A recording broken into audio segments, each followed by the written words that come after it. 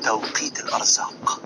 شوف رب العالمين يقول لك ولو بسط الله الرزق لعباده اداهم كل اللي عايزينه في كل وقت، ولو بسط الله الرزق لعباده لبغوا في الأرض ولكن ينزل بقدر ما يشاء إنه بعباده خبير بصير. فلما تسعى وتجتهد وبعدين الرزق اللي انت بتدور عليه رزق المباني الملموس او رزق المعاني لو اتأخر سنة سلم للخبر.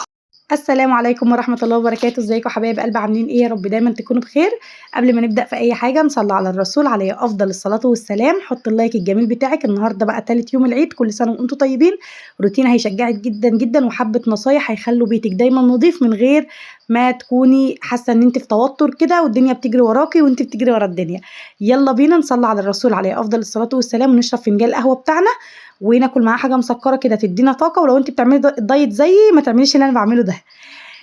اول حاجه كده طبعا بدال في روتين تالت يوم العيد يبقى فيه هدوم، والناس واللي حبايب قلبي اللي متابعيني عارفين ان انا بغسل على غساله عاديه، فلازم نشغل الغساله جنبنا على طول. وهنا بقى كده دخلت على اوضه الولاد، كانت عايزه تتظبط شويه، ظبطتها وظبطت الملايات وبعد كده طبقت البطاطين وروقت الاوضه كده الترويقه في السريع، لانها طبعا هي واخده ترويقه عميقه للعيد، فكل حاجه تمام وكل حاجه نظيفه. عشان بقى تحافظي، هقولك على اول نصيحه، عشان دايما تحافظي على الحاجه دايما نظيفه ومرتبه، ايدك فيها اول باول، وده طبعا الطبيعي والعاده. بس ساعات برضو بنحس ان احنا ايدينا في الحاجه يا ساره بس مكركبه. ما هقولك بقى، اي حاجه تحطيها حاسه ان هي مكركبه شيليها، اي حاجه ملهاش لازمه. ودايما شعاري في القناه هنا اقول الكراكيب يا جماعه بتجيب قلق، بتجيب توتر، بتكركب الدنيا حواليكي، مش عارفه تعملي ايه. يا ست الحاجه اتكسرت ارميها، يا ست الورق اللي ملهوش لازمه خلاص ما عدتيش هتحتاجيه خالص تخلصي منه. شنط المدارس المقطوعه اللي بقالك 100 سنه بتقولي هخيطها وما بتخيطهاش ارميها، اديها لحد محتاج لو انت مش محتاجاه. هدوم ولادك اللي صغرت وبقالك سنه تقولي لا اصلا السنه الجايه هلبسه دي، لا الشورت السنه الجايه ده هيبقى حلو عليه ومش محتاجاها، طلعيها. حاولي ان انت تخفي على نفسك الكركبه، سيبك من الكركبه فوق الدولاب وتحت السراير. اصلا لا السنه الجايه هحتاجها، احنا ضامنين نعيش للسنه الجايه. والله يا بنات كله بيروق وكله بيرتب وبننظف وكل حاجة، وتحسي برضو ان انت مخنوقة والدنيا مش مرتبة. ليه؟ سببها ايه؟ سببها الكركبة.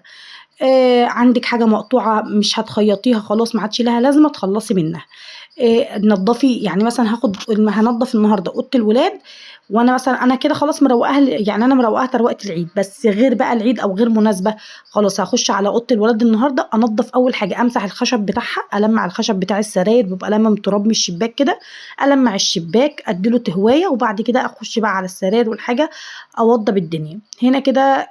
وقلت بقى ايه الم برضو، ظبطت السراير وجي يونس بقى قام شادد لي الملايه دي، ما عرفتش اعدل الكوبرته عشان الكاميرا، فقلت برضو اشيل السجاده. طب انت يا ساره بتشيلي السجاده؟ ده احنا النهارده تالت يوم العيد.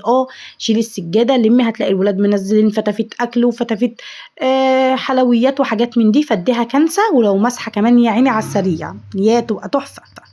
فدايما دي نصيحتي ليكي، تخلصي من الكركبه، اي حاجه مالهاش لازمه اتخلصي منها. كرتونه، سواء بقى في البيت سواء في المطبخ سواء في الصاله، وفازه مكسوره، ده على فكره الحاجات دي والله العظيم بتعكس، يعني الحاجات اللي هي المكسوره، الحاجات المركونه، الحاجات دي يعني بصي بتحسي بان انت خانقه. افتحي الادراج، افتحي ادراج الكوميدين وافتحي ادراج التسريحه، طلعي كل حاجه ملهاش لازمه اتخلصي منها وارميها. الحاجه اللي لها لازمه سيبيها والحاجه اللي ملهاش لازمه. والحاجة عشان احنا كستات برضو، وانا بكلمك كأم وكست وكل حاجة وحاسة بيكي، الحاجة اللي انت بتمسكيها لا مش عايزة ارميها ممكن احتاجها، خلاص سيبيها للترويقة الجاية. لو احتاجتيها وحاسة ان انت احتاجتها خلاص، حاسة ان انت مش هتحتاجيها خالص اقوم واخداها كده ومتخلصة منها بقى.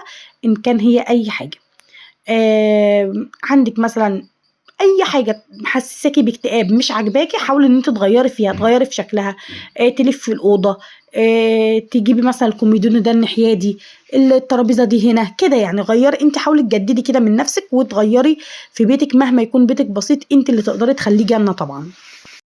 طبعا كان في هنا شنطه كده في الجنب، ففي ناس هتقولي في شنطه مفتوحه كده وفيها حاجات على الارض وانت سايباها، لا ده دي شنطه بابايا ربنا يديله الصحه وطول العمر يا رب، كان جاي بقى وبيعايد علينا وكده وحاجتهم بتاعه السفر موجوده، فما رضيتش اشيلها وركنتها كده على جنب وانا بروق. طبعا طول ما انت ايدك في الحاجه دايما هتفضل نظيفه. طب بشوف يا ساره البيوت على النت نظيفه بتبرق، يا حبيبه قلبي كل ده سوشيال ميديا، كل ده حاجات والله في الهوا. ربنا يا رب يرزق اللي عايز. ابسطي نفسك بالحاجة اللي عندك.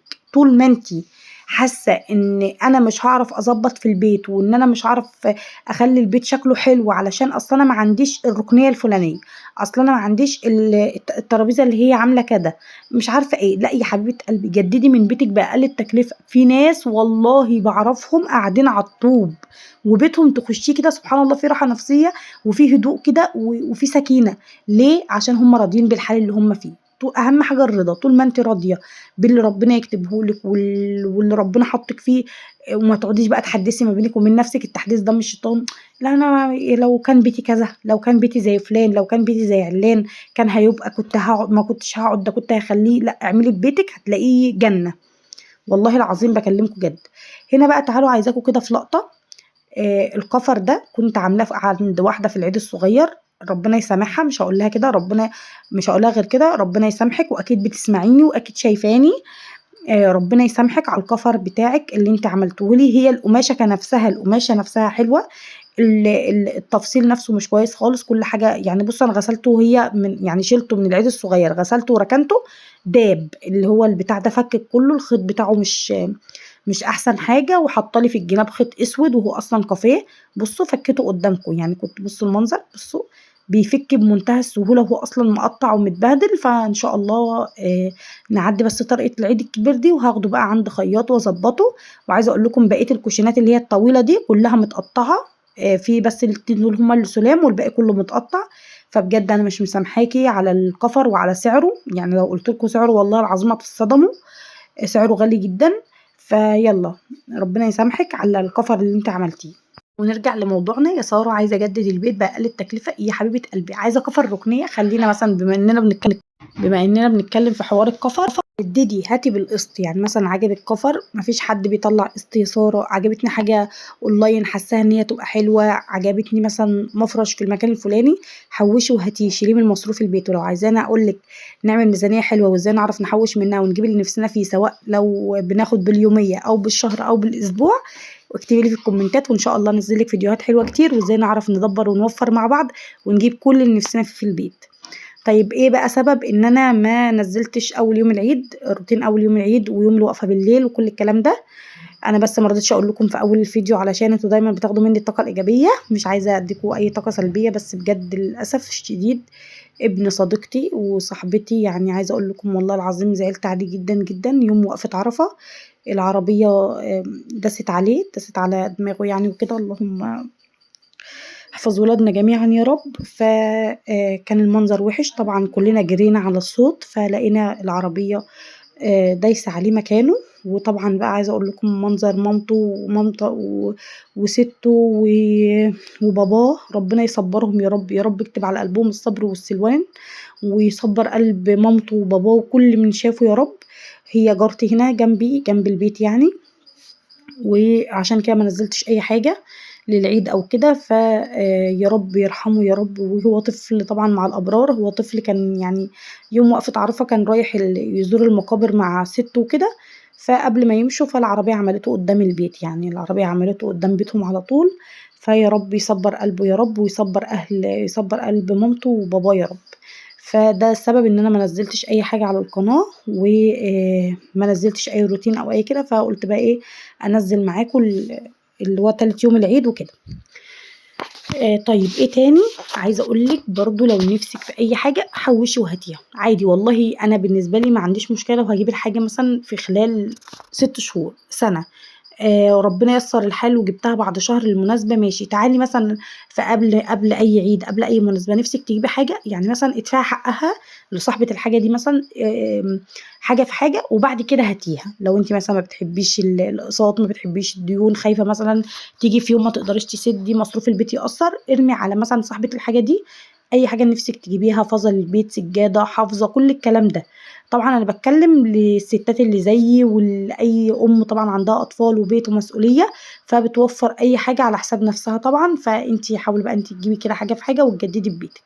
طبعا مسكت الصاله كانت بقى طبعا من اول يوم من يوم الوقفة يعتبر بالليل، ما عملناش فيها أي حاجة، وأنا أصلًا نفسي اتقفلت يوم وقفة عرفة.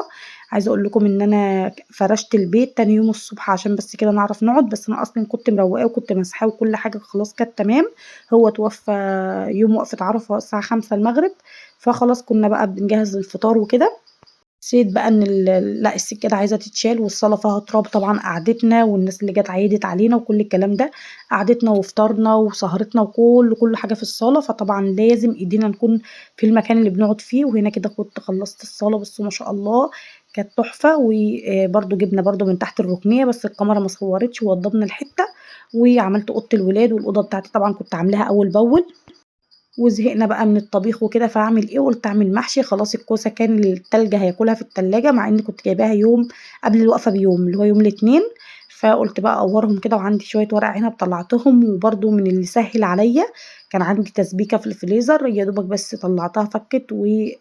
كده كان الفيديو بتاعنا خلص، والمطبخ كان عايز يتشطّب. سلام عليكم.